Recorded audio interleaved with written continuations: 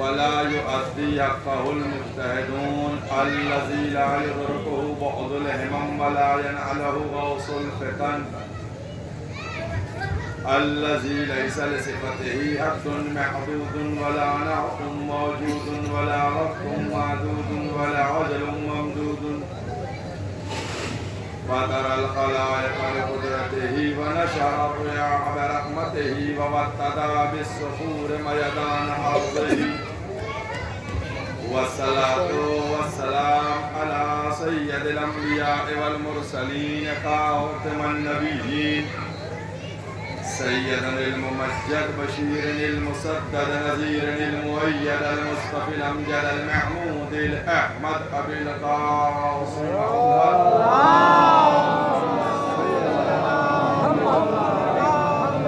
وأهل بيته طيبين الطاهرين المعصومين المظلومين أما بعد فقد قال رسول الله صلى الله عليه وآله وسلم زينوا مجالسكم بذكر علي بن أبي طالب لأنه ذكره ذكري ذكري ذكر الله عبادا صلوات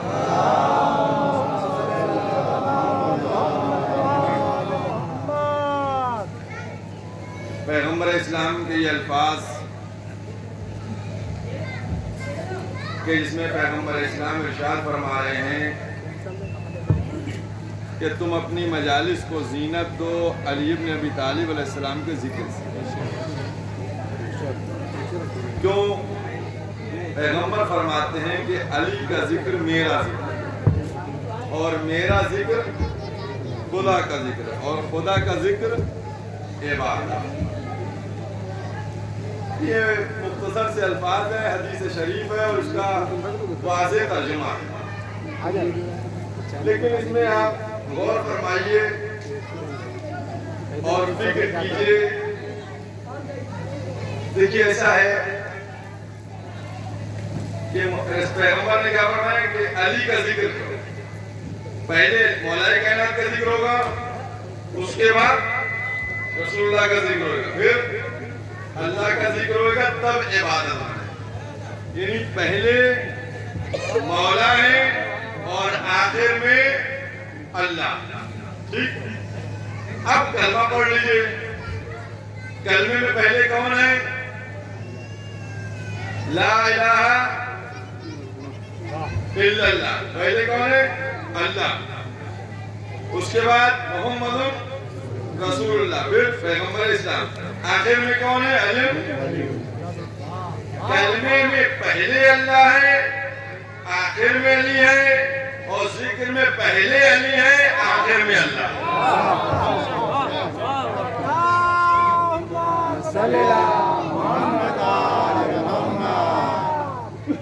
دیکھیے ایک چیز ہے اور اس کے اوپر آپ لوگ غور کیجئے گا. چونکہ پیغمبر اگر کچھ فرما کے جائیں تو اس کا مطلب یہ نہیں پیغمبر نے کہہ دیا. اس کے اندر جا کر فضائل امیر المومنین آپ تلاش کریں. مولا کے فضائل کو ڈھونڈنے کی کیا مرتبہ. اب جیسے میں نے یہ کہا حدیث کہ علی کا ذکر کرو، اور اس علی کے ذکر میں میرا ذکر ہے، میرا ذکر خدا کا ذکر، خدا کا ذکر عبادت ہے. ذکر میں پہلے مولا ہے، آخر میں اللہ ہے، اور کلمے میں پہلے اللہ ہے، آخر میں علی ہے. تو ہم کہنا یہ چاہتے ہیں کہ یا تو جیسے ذکر تھا ویسے کلمہ ہو جاتا، یا جیسے کلمہ تھا ویسے ذکر ہو جاتا. بھئی دونوں الگ الگ کیوں ہیں؟ دونوں الگ الگ کیوں ہیں؟ اور ایک بات آپ اور غور کیجئے گا، یہ جو مجلس نہیں ہے، لفظ مجلس، اس مجلس کو بھی آپ لوگ سمجھ لیجئے. یہ مجلس یہ والی مجلس نہیں ہے کہ ممبر رکھیے ہو، مائک لگائیے ہو، فر بچھائیے، علم سجائیے. بلکہ مجلس کا مطلب یہ ہے کہ جب بھی تم بیٹھو اور بیٹھ کے محو گفتگو ہو، جب بھی تم بیٹھو اور محو گفتگو ہو تو اپنی اس گفتگو کو ذکر امیر المومنین سے زینت دے دو. اگر زینت مل جائے گی تو گفتگو نہ ہوگی، عبادت بن جائے گی. دیکھیے اتنا تو ہوگا نہیں، لیکن میں دو چیزیں آپ کے سامنے بیان کروں گا، ٹھیک ہے؟ اور ان دونوں چیزوں کے اوپر آپ کو غور کرنا ہے اور اس کے بعد بات ختم کر دوں گا. سمجھے؟ بہت توجہ دیجیے گا. مولا کائنات کے فضائل کا معاملہ ہے. پہلی بات یہ، بھائی آج تو لوگوں کو شوق ہے نا کہ نماز کی بات نہیں کرتے، روزے کی بات نہیں کرتے، حج کی بات نہیں کرتے، زکات کی بات نہیں کرتے، خمس کی بات نہیں کرتے، ہے نا؟ آپ کو شوق ہے کہ مولوی صاحب ممبر پہ بیٹھ کے نماز کریں، آپ کو شوق ہے مولوی صاحب ممبر پہ بیٹھ کے روزہ کریں، تو کیا رسول اللہ نہیں جانتے تھے کہ ممبر پہ بیٹھ کے روزہ نماز کی جائے یا یہ بھی کیا جائے؟ بہت توجہ دیجیے گا. دیکھیے کیا معاملہ تھا.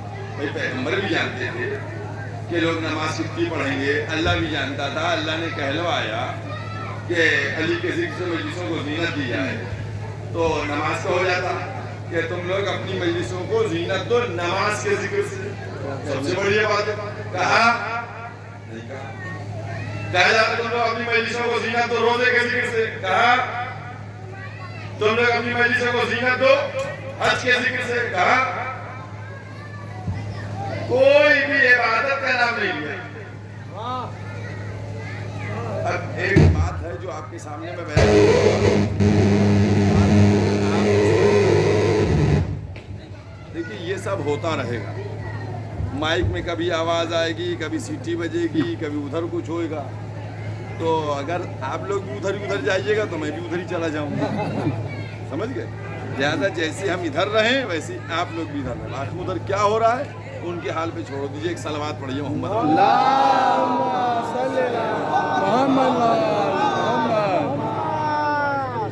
تو دیکھیے ایسا ہے، میں ایک بات آپ سے بتانے جا رہا ہوں اور آپ اس کے اوپر غور کیجیے گا.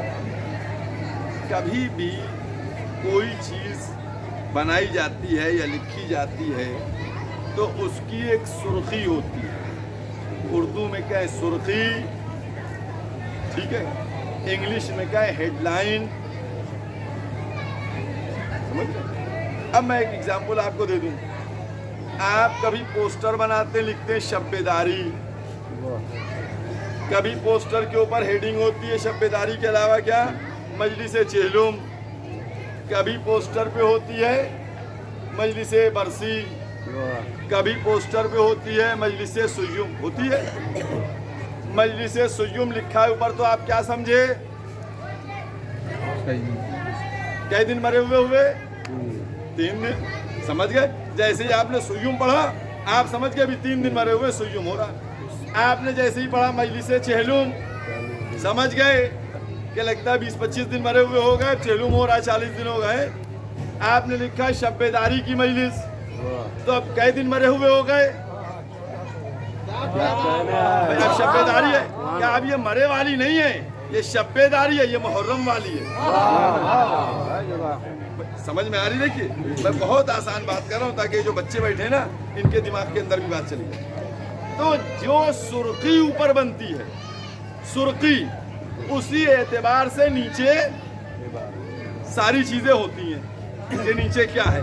سرخی ہے شب بیداری ہے تو اس کا مطلب اب رات بھر انجمنیں پڑھیں گی. اگر آپ نے لکھ دیا سالانہ مجلس تو اس کا مطلب انجمنیں نہیں پڑھیں گی، صرف مجلس ہوگی. آپ نے لکھ دیا چہلم تو اس کا مطلب کیا ہوا؟ اس کا مطلب کسی کے 40ویں کی مجلس ہے.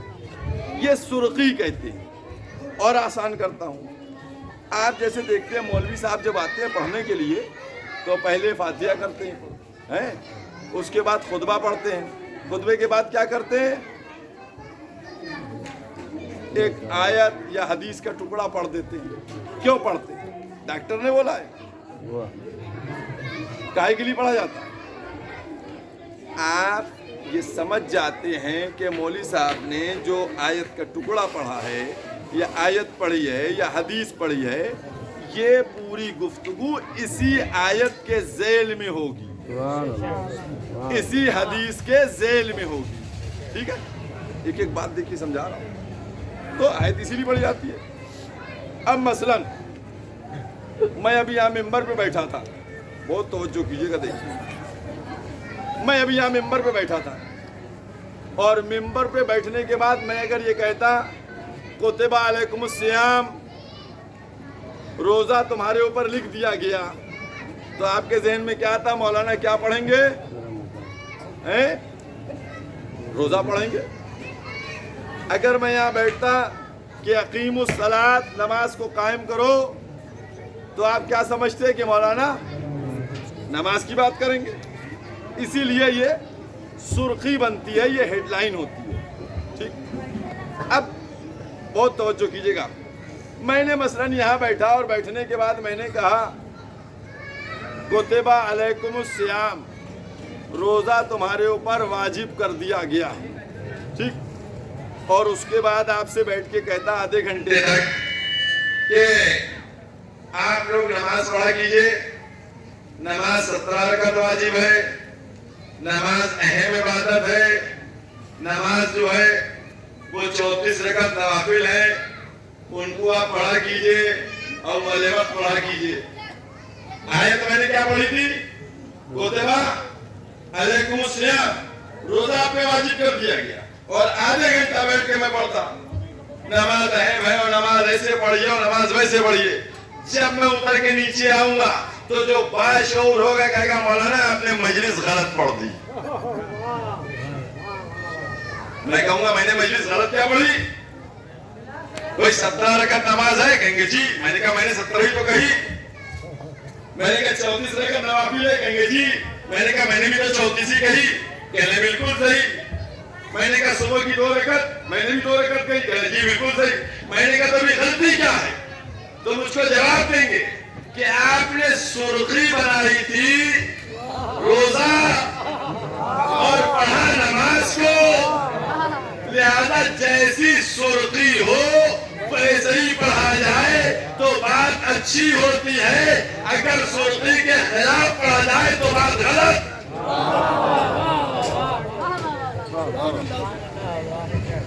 ایک ایک جملے میں میرا غور کیجیے گا، دیکھیے میں نے کیا کہا ابتدا میں آپ سے کہ میرے مولا کے فضائل کی بات ہے۔ میں نے کہا ایک ایک مرحلے، تو میں نے آپ سے جملہ کہا کہ آپ سرخی کے چکر میں کیوں پڑے ہیں؟ بھائی وہ بھی فروع دین میں، یہ بھی فروع دین میں، روزہ بھی فروع دین میں، نماز بھی فروع دین میں، تو میں نے اگر نماز کی بات کر لی تو کون سا حرج ہو گیا؟ کہنے لگے مولانا جو موضوع بنایا جاتا ہے اسی موضوع سے بات کی جاتی ہے، موضوع سے ہٹنا عیب ہے۔ بھئی موضوع سے ہٹنا غلط ہے، موضوع سے ہٹنا نہیں چاہیے، تو کچھ آپ کے ذہنوں میں آیا، کچھ آپ کے دماغوں تک پہنچا۔ اگر میں یہ بات کہتا کہ میں روزے کی بات کرتا، کتب علیکم الصیام کہتا، تو میں قید ہو جاتا کہ میں صرف 30 منٹ روزہ کروں۔ اگر میں اقیم الصلاۃ کی بات کرتا تو میں قید ہو جاتا کہ 30 منٹ نماز کروں۔ اگر میں حج کی بات کرتا تو قید ہو جاتا 30 منٹ حج کی بات کروں۔ اگر میں زکوٰۃ کی بات کرتا تو قید ہو جاتا کہ 30 منٹ زکوٰۃ کی بات کروں۔ لہذا اگر اللہ نماز کو مرکز بنواتا رسول سے تو ہم روزہ نہیں کہہ سکتے تھے، روزے کو بنواتا تو نماز نہیں، لہذا قدرت نے کہا ذات علی کو مرکز بنا دو۔ روزے کا تذکرہ بھی ہوگا، شجاعت کا تذکرہ بھی ہوگا، علم کا تذکرہ بھی ہوگا، فہم کا تذکرہ بھی ہوگا۔ صلوات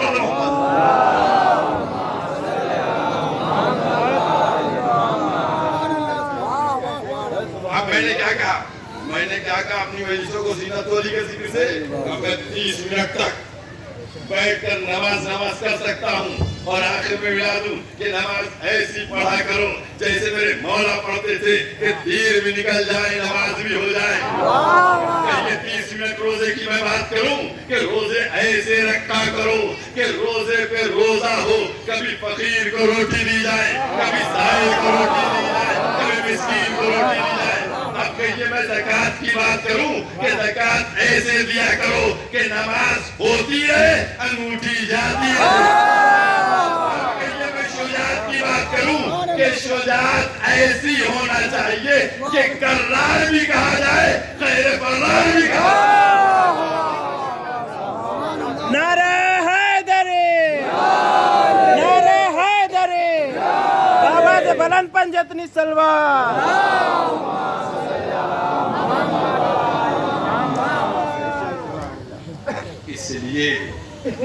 اس لیے پیغمبر نے کہا ذات علی کو مرکز بنا لو.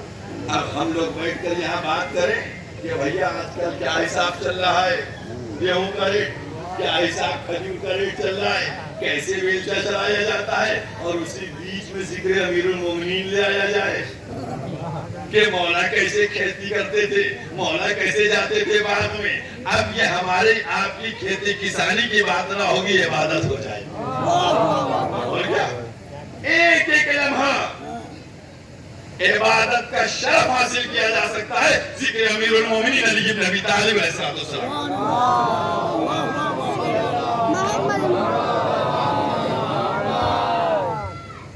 اس لیے پیغمبر نے فرمایا کہ تم لوگ اپنی مجلسوں کو زینت دو ذکر امیر المومنین سے. اور یہ بات غور کرنے کی ہے، فکر کرنے کی، کہ جب ہم غور و فکر کریں کہ مولا کائنات جن کا ذکر ہے، اب ایک کی بات آ گئی اور اس کو کہتا تھا پہلے کس کا ذکر ہے؟ مولا کا ذکر. پہلے علی کا ذکر ہو، اس کے بعد رسول کا، اس کے بعد پیغمبر کا، اللہ کا، اور پھر عبادت. اب اگر کوئی علی کا ذکر نہیں کرتا تو پیغمبر کا ذکر نہیں ہوگا، پیغمبر کا ذکر نہیں ہوگا تو اللہ کا ذکر نہیں ہوگا، اللہ کا ذکر نہیں ہوگا عبادت نہیں ہوگی. اور کیا اللہ نے اپنے ذکر کو اور پیغمبر کے ذکر کو قید کر دیا ذکر امیر المومنین میں. ذکر امیر المومنین میں قید کر دیا کہ جب تک ذکر علی نہیں ہوگا تب تک ذکر خدا نہیں ہو، رسول نہیں ہو سکتا. اور جب تک ذکر رسول نہیں ہوگا تو اب مسلمانوں یاد رکھو اللہ ہو کہنا عبادت نہ بنے گی جب تک یا علی نہ کہا. سبحان اللہ. حیدری یا علی، حیدری یا علی، آواز بلند پنجتنی سلوار.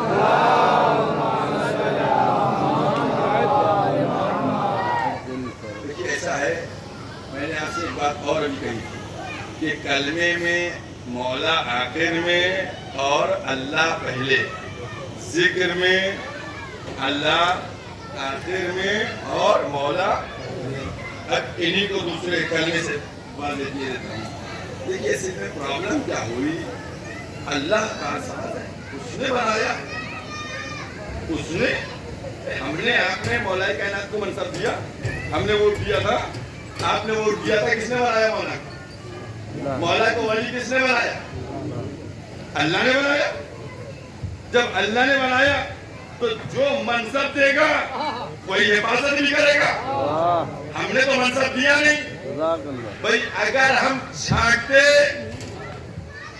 تو بات ہمارے اوپر تھی، لیکن ہم نے اسی لیے چھانٹا نہیں کیونکہ آپ دیکھتے ہیں جب بھی الیکشن میں کسی کو چھانٹتے ہیں وہ چھٹا ہوا نکل جاتا ہے. اور کیا آپ دیکھیے، اور جس کو چھانٹا تھا وہ نکلا بھی چھٹا ہوا. بار بار یہ کہتا ملا کہ اگر علی نہ ہوتے تو ہمارا ہو جاتا.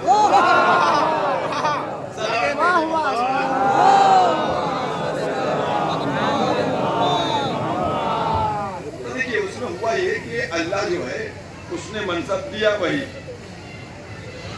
پروردگار عالم نے تفسیر سالبی، اس میں آپ غور فرمائیے تو جب پیغمبر اسلام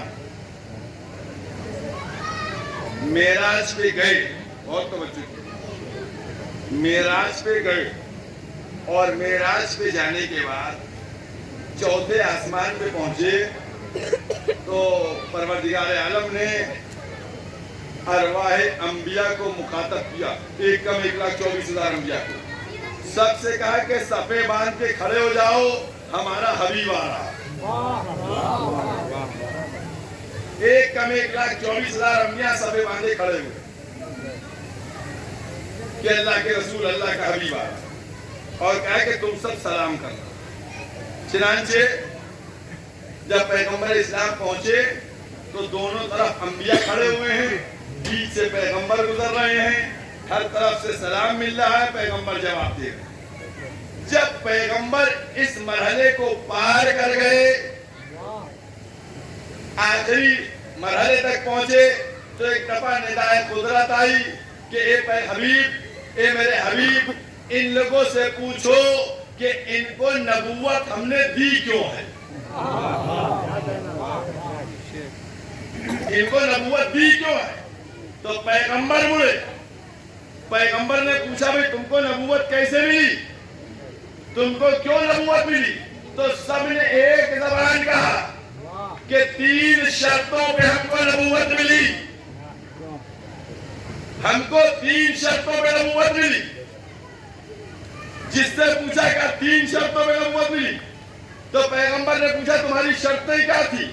تو ایک بڑھ کے آگے کہتا ہے کہ پہلی شرط یہ تھی ہماری کہ کہو اللہ کے سوا کوئی اللہ نہیں۔ سب نے مل کر کہا کہ اللہ کے سوا کوئی اللہ نہیں۔ اس کے بعد دوسری شرط یہ تھی کہو محمد اللہ کے رسول ہے۔ سب نے کہا محمد اللہ کے رسول ہے۔ اور کہا تیسری شرط کیا تھی؟ کہا تیسری شرط تھی آپ کے بھائی علی ابن ابی طالب کی ولایت کا اقرار۔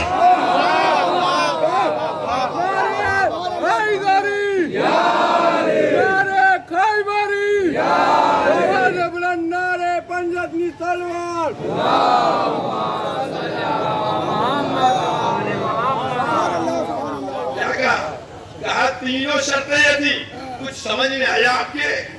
یہ امام سالمی نے تفسیر سالمی میں لکھا، کیا کہا تھا انبیاء نے؟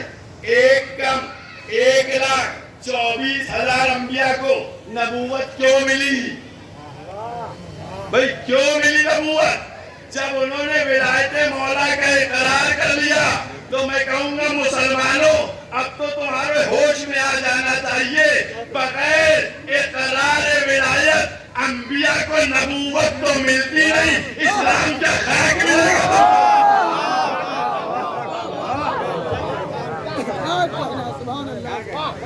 اسلام کی بات کرتے ہو، پہلے تاریخ کو دیکھا جائے۔ تمہارا میں نے کوئی جملہ کہا تو اللہ نے منصب دیا، جو تمہارے پاس سے مرتبط واقعات تو میں نے بیان کیا، اللہ نے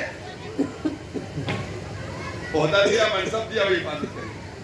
ہوا کیوں؟ جو میں نے آپ سے کہا نا کہ اللہ پہلے کلمے میں، مولا آخر میں، اور ذکر میں مولا پہلے اللہ آخر میں۔ کیوں الگ الگ کیوں؟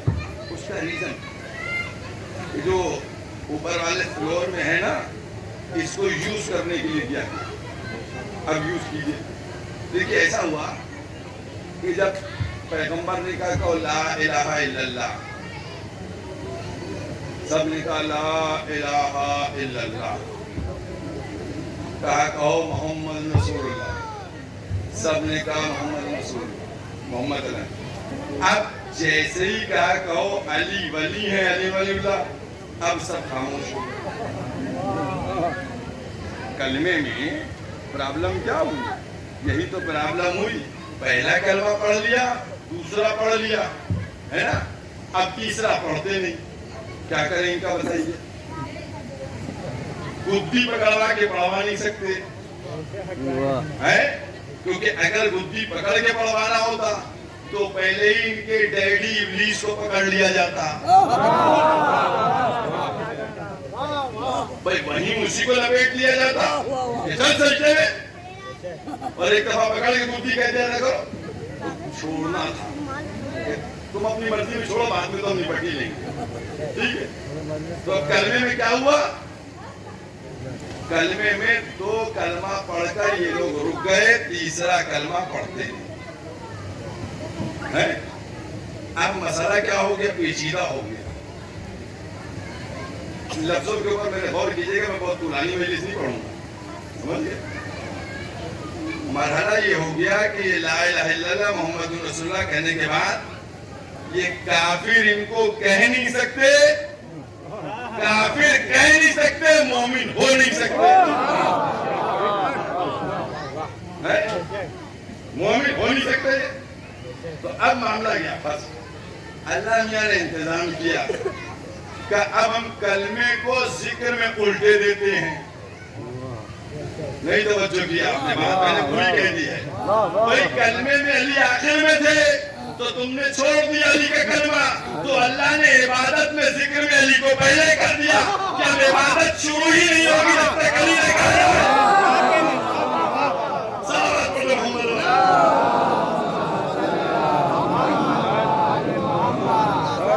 اللہ نے کہا کہ ہم عبادت میں تمہیں آگے بڑھنے نہیں دیں گے جب تک تم ذکر علی کرو گے نہیں.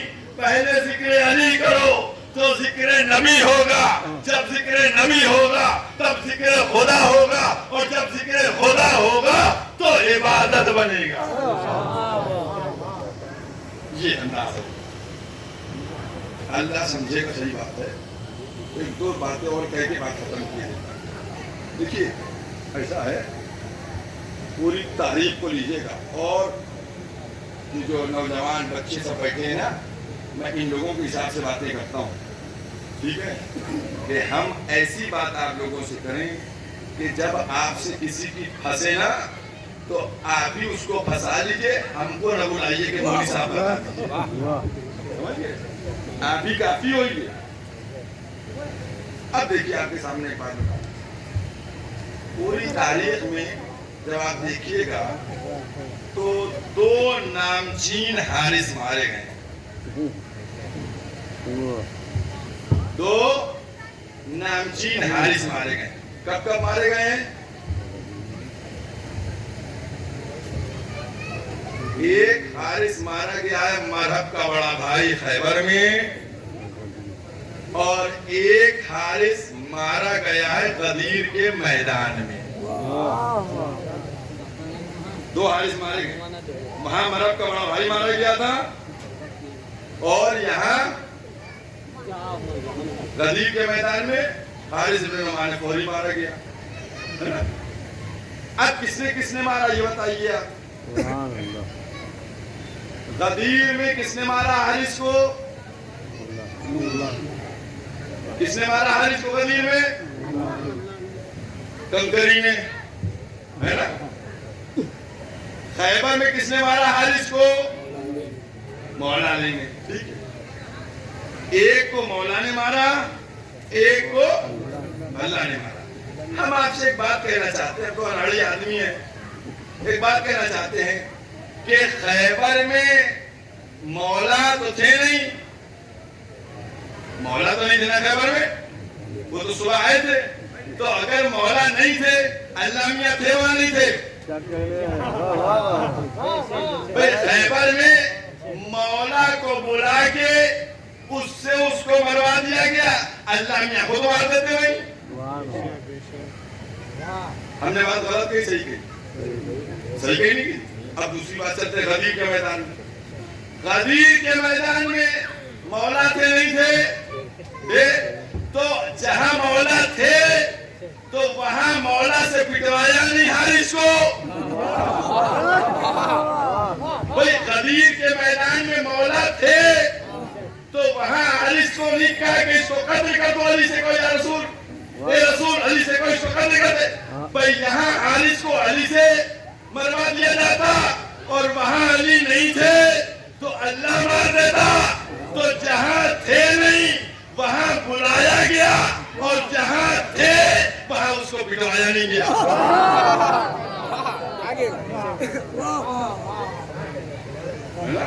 سمجھ میں آیا نہیں سمجھ میں آیا؟ کتنی گھما کے بات آیا, ایسے گھوم کے آئیے بات. آپ آئیے, ایک چیز اور ابھی بھول گئے, ایک صلوات پڑھ لیے محمد والے.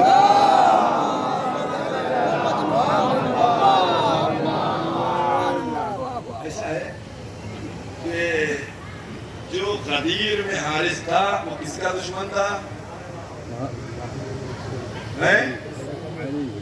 اور جو خیبر میں حارث تھا وہ کس کا دشمن تھا؟ سب تو معلوم ہے آپ لوگوں کو ماشاءاللہ سے. خیبر میں اللہ کا دشمن تھا, غدیر میں علی کا دشمن تھا. ابھی بھی سمجھ میں نہیں آیا آپ کو؟ اللہ نے فارمولہ بتایا ہے, کہا جو میرا دشمن ہوگا اس کو تو علی ماریں گے, لیکن جو علی کا دشمن ہوگا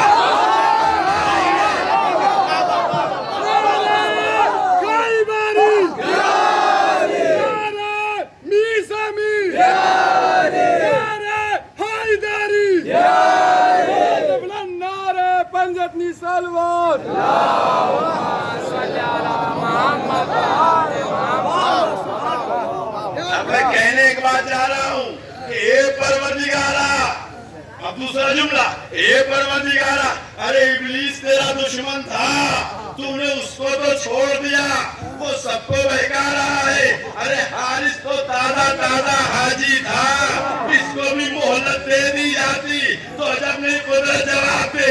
وہ میرا دشمن تھا, اس سے آخرت میں نپٹیں گے. یہ علی کا دشمن تھا, اس سے دنیا میں بھی نپٹیں گے اور آخرت میں بھی نپٹیں گے.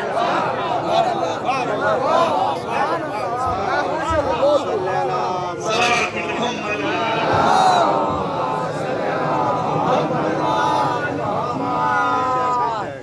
دیکھیے ایک بات سمجھ لینا چاہیے کہ پیغمبر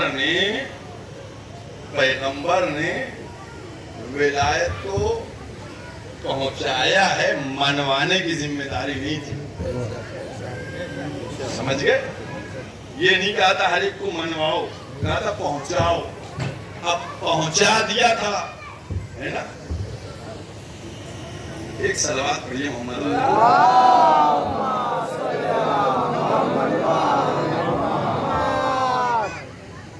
اب یہ کتنی آپ کے پاس عقل ہے یہ ہم آپ کو تولنے جا رہے ہیں. یہ علی پور والوں کا کتنی عقل تولنے جا رہے ہیں. ہم خیر لکھنؤ کے آدمی اردو کا جملہ بولیں گے, عربی فارسی نہیں بولیں گے, لیکن آپ لوگ تولیں گے آپ لوگ. سمجھ گئے؟ اب سنیے آپ جملہ. دیکھیے میں نے کیا کہا, اللہ نے کہا تھا پہنچاؤ, پہنچا دیا. منوانے کی بات نہیں تھی نا, منوانے کی بات نہیں تھی. تو یاد رکھو منوانے کی بات اس لیے نہیں تھی کہ اب مانے گا وہی جس کی اماں شریف ہوگی.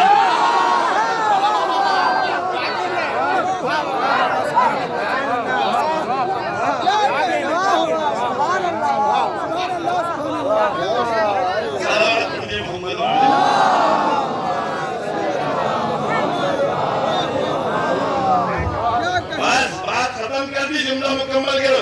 یاد رکھو یہ ولایت جو ہے نا, یہ ولایت باپ کی میراث سے نہیں ملتی ہے, ماں کی شرافت کا اعلان کرتی ہے.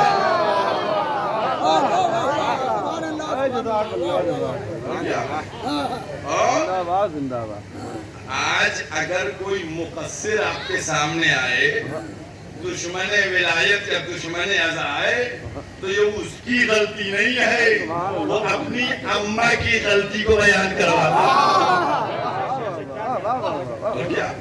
کیونکہ یہ گستاخی وہی کر سکتا ہے. اور یہ سنیے, میں آپ لوگوں کی باہوبانی لوٹ رہا ہوں, بتا دوں آپ سے, یہ سب پیغمبر نے فرمایا تھا.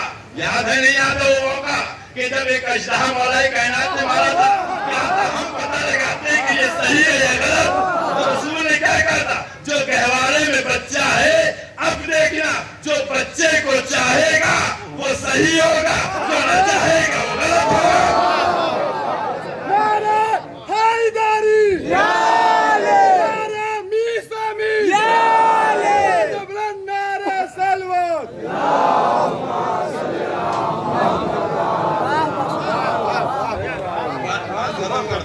بس اب کچھ نہیں پڑھوں گا, دو چار جملے آپ لوگوں سے کہوں گا. دیکھیے ایسا ہے کہ آپ لوگ جو نوجوان ہمارے سامنے بیٹھے ہیں ماشاءاللہ سے بیشتر نوجوانی ہے, آپ لوگوں کی ذمہ داری ہے عزاداری. کیونکہ اب جب یزید کو رضی اللہ کہا جانے لگے,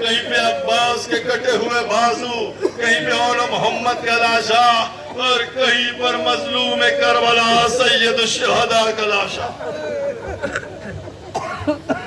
کیا عالم ہوا ہوگا، کیا کیفیت رہی ہوگی بی بی کی۔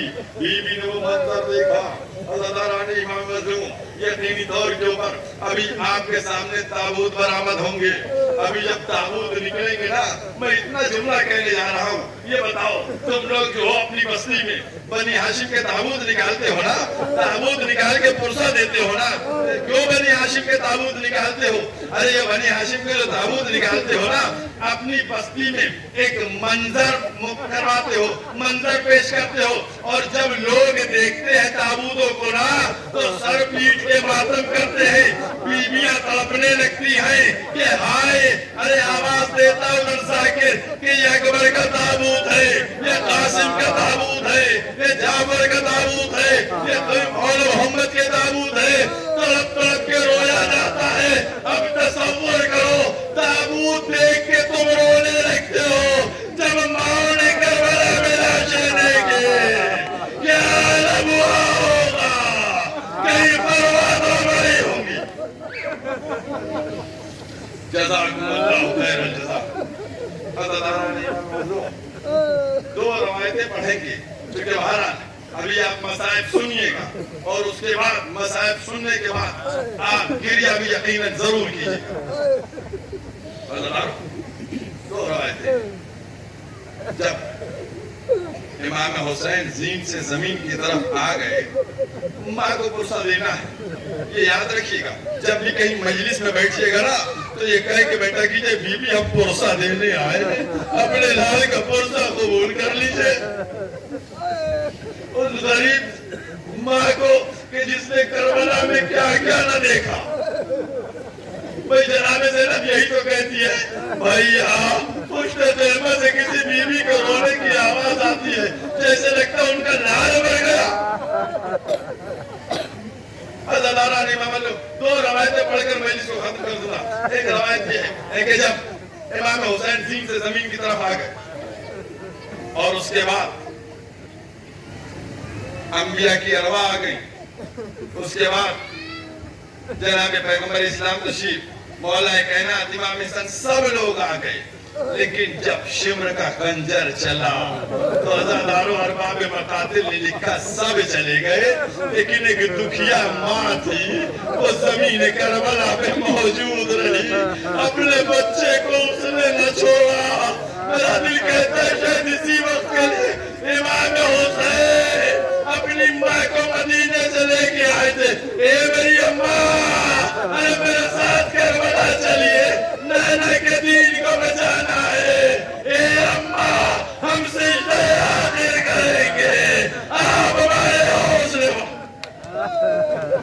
جزاکم اللہ خیر الجزا۔ بس ایک شخص تھا، بس ایک روایت پڑھو ایسی ماں کی طرف کے اوپر اور مجلس ختم، کیونکہ مسائل میں نہیں پڑھ رہا ہوں، کیونکہ گریہ تو بھی آپ کو کر رہا ہے، جب تابوت کا منظر پیش ہوگا اور بنی ہاشم کے تابوت آپ کے سامنے آئیں گے۔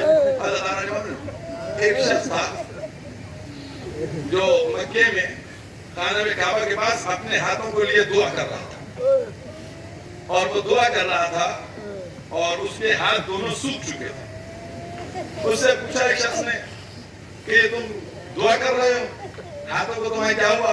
اس نے کہا میں نہیں بتاؤں گا، بس ماں کی غربت کے اوپر ہونا ہے، دو آنسو، کہا نہیں بتاؤں گا، کہا بتا دو، کہا نہیں بتاؤں گا۔ جب اس نے اصرار کیا تو اس نے کہا کہ ٹھیک ہے بتائے دیتا ہوں، لیکن تم کسی سے نہ بتانا، جب تک میں زندہ ہوں کسی سے نہ بتانا، میرے مرنے کے بعد بتا دینا۔ کہا ٹھیک ہے مرنے کے بعد بتا دیں۔ اب وہ شخص کہتا ہے کہ جب امام حسین شہید ہو گئے اور اسباب لوگ لوٹ رہے تھے تو میں بھی لوٹنے والوں میں تھا، میں بھی لوٹنے والوں میں تھا، میں امام حسین کی انگوٹھی کو گھسیٹ رہا تھا۔ اور اس کے بعد دو جملے اور ہیں جن کو میں ہنس کیے دیتا ہوں کہ میں نے کیا دیکھا کہ آسمان کی طرف سے ایک نور کی ہماری اتر رہی ہے، میں جلدی سے جا کر ایک پتھر کے پیچھے ایک کسی آڑ میں جا کر چھپ گیا۔ اب وہ کہتا ہے کہ میں چھپ گیا اور میں نے کیا دیکھا؟ ایک نور کی عماری اتری، اس میں سے پردہ ہٹا، اس میں سے ایک شخص جو بزرگ تھے وہ نکلے، اور نکلنے کے بعد امام حسین کے سرہانے بیٹھے، کہنے لگے ہائے میرا نواسا۔ اس کے بعد وہ شخص کہتا ہے کہ میں نے دیکھا کہ پھر ایک شخص نکلا اور وہ نکل کے داہنی طرف بیٹھا، اور بیٹھنے کے بعد اس نے ایک دفعہ امام کے لاشے کی طرف متوجہ ہو کے کہا ہائے میرا بیٹا۔ اس کے بعد وہ کہتا ہے کہ میں نے کیا منظر دیکھا، ایک دفعہ ایک شخص اور نکلا، وہ بائیں طرف بیٹھ گیا اور آواز دیتا ہے ہائے میرا بھیا۔ مجلس ختم ہو گئی، ایک جملہ۔ اس کے بعد ایک دفعہ ایک نور کی عماری اور اتری۔ ارے اب جو نور کی عماری اتری، اترنے کے بعد پردہ ہٹا، ایک بی بی نقاب پوش، انہوں نے سرانے بیٹھے والے کے گلے میں باہیں ڈال دی۔ اے میرے بابا، آپ نے دیکھا میرے بیٹے کو 3 دن کا بھوکا پیاسا کیسے شہید کر دیا، میں نے چیک کیا 20 کے بعد۔